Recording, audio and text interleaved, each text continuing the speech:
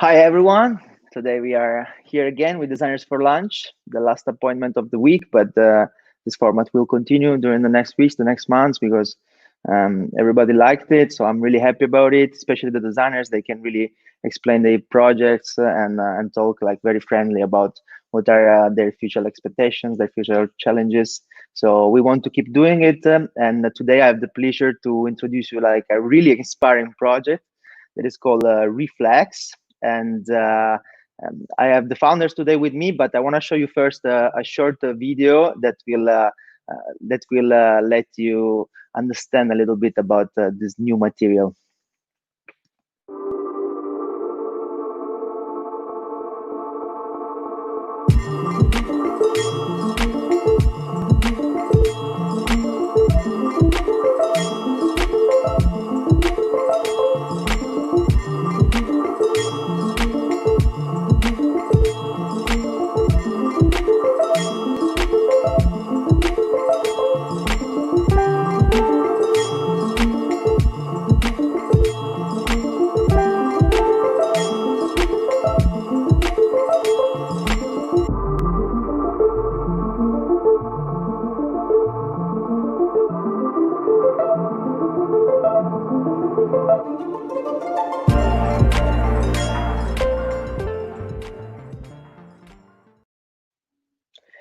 Hi again. So we should have our today's guests.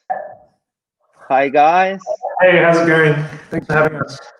Welcome to our Designers for Lunch. So guys, I want to just let you introduce yourself, who you are, like how did this project came out, and like what is the potential of this new material. So my name is Benton. The three of us, that's Karlijn. And we've got, I'm Pierre. So Karlijn and I are in London at the moment. The three of us met during our masters in London at the Royal College of Art and Imperial College London. We did a course called Innovation Design Engineering, which is a course that basically takes people from very weird backgrounds and puts them in a room together to see what they can come up with. So for example, my background is in political philosophy. Karlijn is a product designer. Yeah, and I'm an electrical engineer.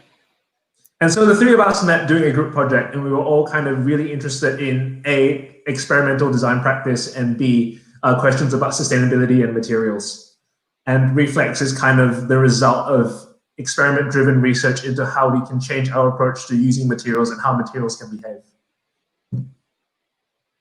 That's really interesting, because actually I think when you match with people with different backgrounds, you can really get the best from everyone, and projects like this can born like so like I want to know like about you two guys, Pierre and Karlijn, and what is like this material, how did it come out, like how did you launch this project?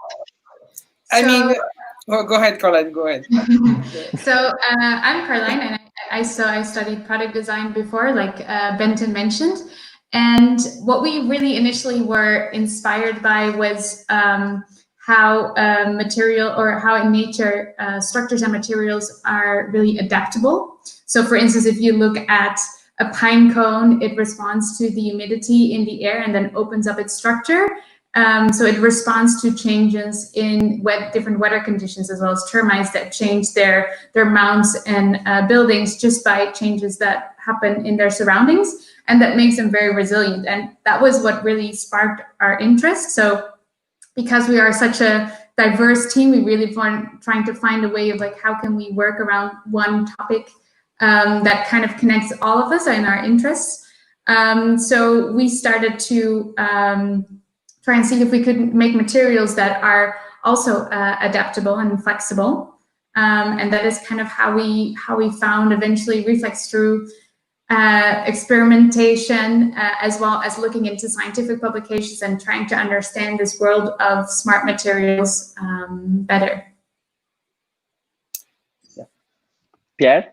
And yeah, I mean, if I can add maybe one thing, it's that initially, you know, we looked into, as Karlijn said, the world of smart materials. There's a lot of publications and a lot of research going on, but we also realized that for us people as designers or engineers, and it's the same thing for everyone else in our positions, it's very difficult to understand all that information, and it's even more difficult to get your hands on materials that already exist, because a lot of the time these materials are quite expensive, or they're not on sale, or they require specific equipment and specific guides that tell you how to process them before you can use them in a product.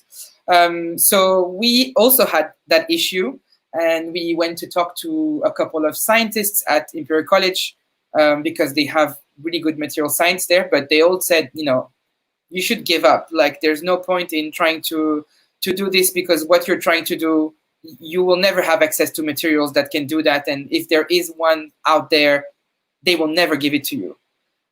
And so we were like, okay, we're just going to try to make our own. And that's when we really, you know, when the experiment started to maybe become even more interesting, because we were like, we know what we're trying to reproduce, we just don't know how.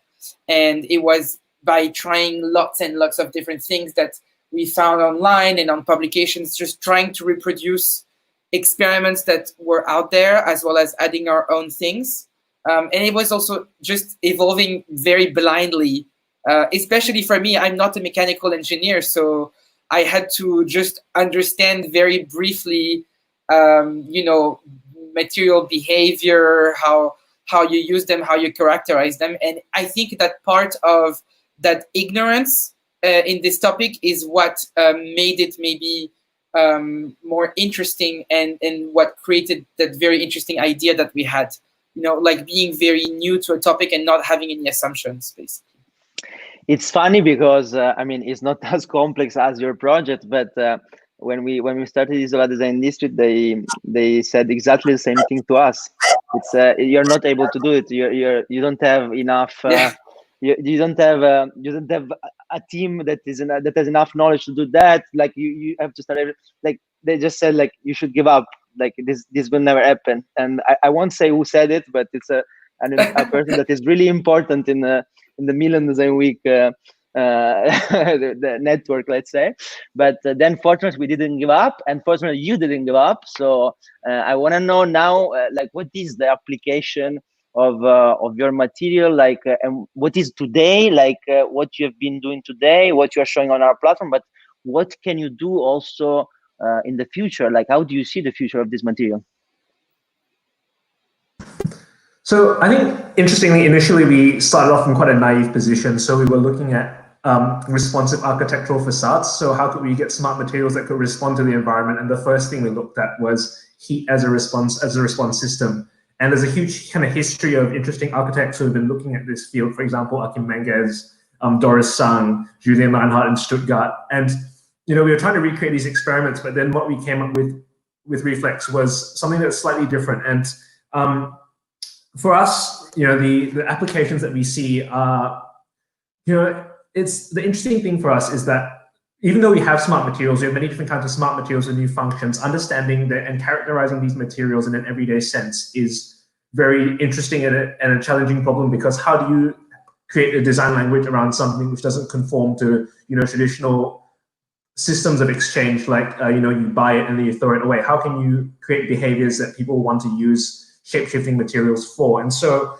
I think our kind of intervention, our areas of exploration at the moment are kind of the murky boundary between research and application. And so it's in this kind of area where you can create new realm for experimentation, new ideas and new kinds of possibilities that people hadn't imagined before. So it's not just about creating a new material, it's about creating new possibilities for design around materials. I think so. I perfectly agree, because actually to create a new material that then is not useful for anything, like, I mean, it's not really interesting. But actually, when you work on a new material that can be applied and improve, like, daily life, like daily problems, daily issues, like, I think that's really a smart material, not just a new material, as you mentioned before. And I know that you have launched this project during Dutch Design Week. We were there last year too, and it was interesting because again, like, it was the first time, probably also for you, like for us, absolutely. And so like it was the most important thing that week was to understand what people were getting and what feedbacks they were giving us about what we were doing. So I'm curious to know the same from you, like what were the feedbacks from people who saw your material and got probably impressed, and I'm really curious about it. Yeah, so I mean, you know, the same way that the value of our team is that we have different backgrounds, the value of the feedback at the Dutch Design Week was what people were saying and how they were reacting to our exhibition and to the models based on what they do in their life mostly, or people in their life that have a connection to smart materials. So, you know, to some extent, there were some scientists and even doctors who kind of recognized that reflex it behaves similarly to the common smart materials that are out there. So there are smart materials when you have braces and others that you have when you have implants in your body, for example. So these people who already had knowledge about that on a scientific aspect were very interested.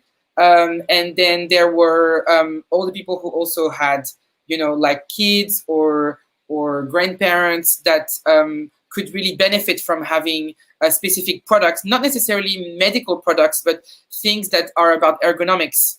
And they were like, oh, like, you know, my grandma, she has this problem at home when she uses like, I don't know, like the potato peeler, and like, could you make something with reflex that could fix that problem? So it was super interesting. We had like a little book where people could actually write like ideas that they had, and that was super nice. And the main thing that was super cool was the design community, how designers were responding to it, because I think to some extent there's not a lot of connection between the material research world, especially in smart materials, and the design world. So there's not a lot of people who are trying to explain to designers, this is this material, this is what it can do, and this is what you could do, or these are the new capabilities that you could bring to your designs by using this material. So that was super interesting, and I think it's what made us realize even more, you know, the direction for the project is exploring that gap that exists between the you know, people who are trying to think about material applications and designers. There's a lack of knowledge, there's a lack of transparency, there's a lack of communication, and you know, we realized, okay, so we did this project where we invented this new material, but actually understanding what it can do and how it can be used, that's like another project. Like, this is the new project, because we made a lot of prototypes that we showed at the Dutch Design Week, like a bicycle saddle and an arm cast, and people were super interested. They were very good, you know, like icons that they can recognize to make a connection between objects that they know and those new things that we're introducing to them. But the thing is, we know that there is something further than that. And that's what we're trying to understand. We don't know necessarily what it is yet, but we know that this is what needs to be explored, because if no one does it, then yes, no one will ever have a reason why we should have smart materials in everyday life. I don't know if you guys want to add something, but yeah, I will also listen to you. I just wanted to say that this is just amazing, because I can just imagine like how exciting it is for you, like to launch this material and to get this feedback, to understand people what are the real needs of people, what people could do with that material. And you have like it's unlimited, probably. There are limited possibilities with something like this, so you can work with several industries. So I want to know your feedbacks too, guys, and then I want to know also like what in which industries apart from design, like you would like to eventually work and test your material. So as Pierre briefly mentioned, we have been exploring different types of applications. So just to explain a little bit about like how the material works. So it's basically, it responds to heat, and when you heat it up with just some hot water, or with the kettle or with a pan, it becomes soft, and you can shape it in any way that you want. And then when you cool it down, it will stay in that shape. And when you heat it up again, it will automatically return back to its original shape. So that's kind of the basic of how the material works. And we've been looking at like, okay, what could be then, what are the kind of key capabilities that it can do? And how can that be then transformed into different industries and applications? So as for instance, what Pierre mentioned with the bicycle saddle, it's really suitable for fitting to the body because you can make it warm, you can make it soft, and you can just hold it over your body and it will take that shape. So that is very interesting for a bike saddle, that we can make it very comfortable and for different ergonomic applications. But at the same time, another thing that it could be interesting for is, for instance, in healthcare applications like an arm cast that is normally made from plaster, and it's really needs to fit to your body really tightly. And everybody has a different hand, right? So every time that someone gets a plaster cast, it needs to be made to that person specifically. So we made it one from Reflex with the idea that you have a sheet and you can put that around your hand, around your arm, and make it easily also release it again so that someone else can then use it. So that is this idea, for instance, that this flexibility in the material gives it the allows it to be reused over and over again. So that's kind of like a new way of looking at the products.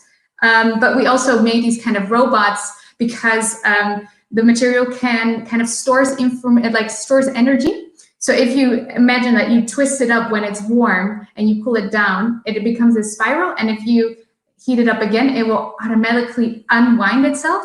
So we made a robot that would roll because of kind of like using the material as a motor. So these are kind of like the direct applications, and these things are like being really prototypes just to test these capabilities. So it's been really about like the boundary between like having a final product. We've really been looking at like, okay, what if we make this from Reflex and what if we make this? So it's really part of the experimentation. And I think for us it's really interesting as well, by making these kind of prototypes and objects, we learn to understand what the material can do better. So it's kind of like this ongoing research of like, what can these kind of shape-changing materials mean for us in future applications beyond what we can maybe imagine, because it's easy to say like, oh, what if it's a bicycle set? What if it's this? But it comes kind of from doing these experimentation to get this better understanding and see if like what this future might be. So that's very exciting to work and play with Reflex for that. I see. But if you could choose, like, what would be the industries where you would like to apply the material? Like, is there anything that you guys wish to achieve with this material? Like, so you explain us well how it works. So it seems like you can really do anything with it. Benton. It'd be really interesting to explore Reflex in a bunch of kind of things that we're doing with ergonomics. So, for example, exploring it with sportswear companies, for example, how can you make gear that was previously, bespoke and one-off, but now you can make it cheap and anyone can customize it to their body shape in a matter of minutes? That would be really exciting for us, I think. Other industries that might be interesting, like we once made a prototype of a chair that could assemble itself. So, instead of going to the furniture store, having to build it, someone sends you the whole chair. You plug it into the wall at home and the chair folds itself. There's lots of that would be amazing, like really amazing. Yeah, I think, Karlijn, are there any other examples? Yeah, I think there's the thing is kind of what you mentioned as well. There's so many possibilities. Like we've been thinking as well for prototyping for designers as well, and giving the material to designers to work with as well as architects. So I think at the moment we're exploring different possibilities. And not necessarily focusing on making one product that we're gonna launch and sell. We're more about like, okay, we really want to understand this better and maybe go into collaborations with different industries to see how it works. Yeah. Are you already working on some collaborations?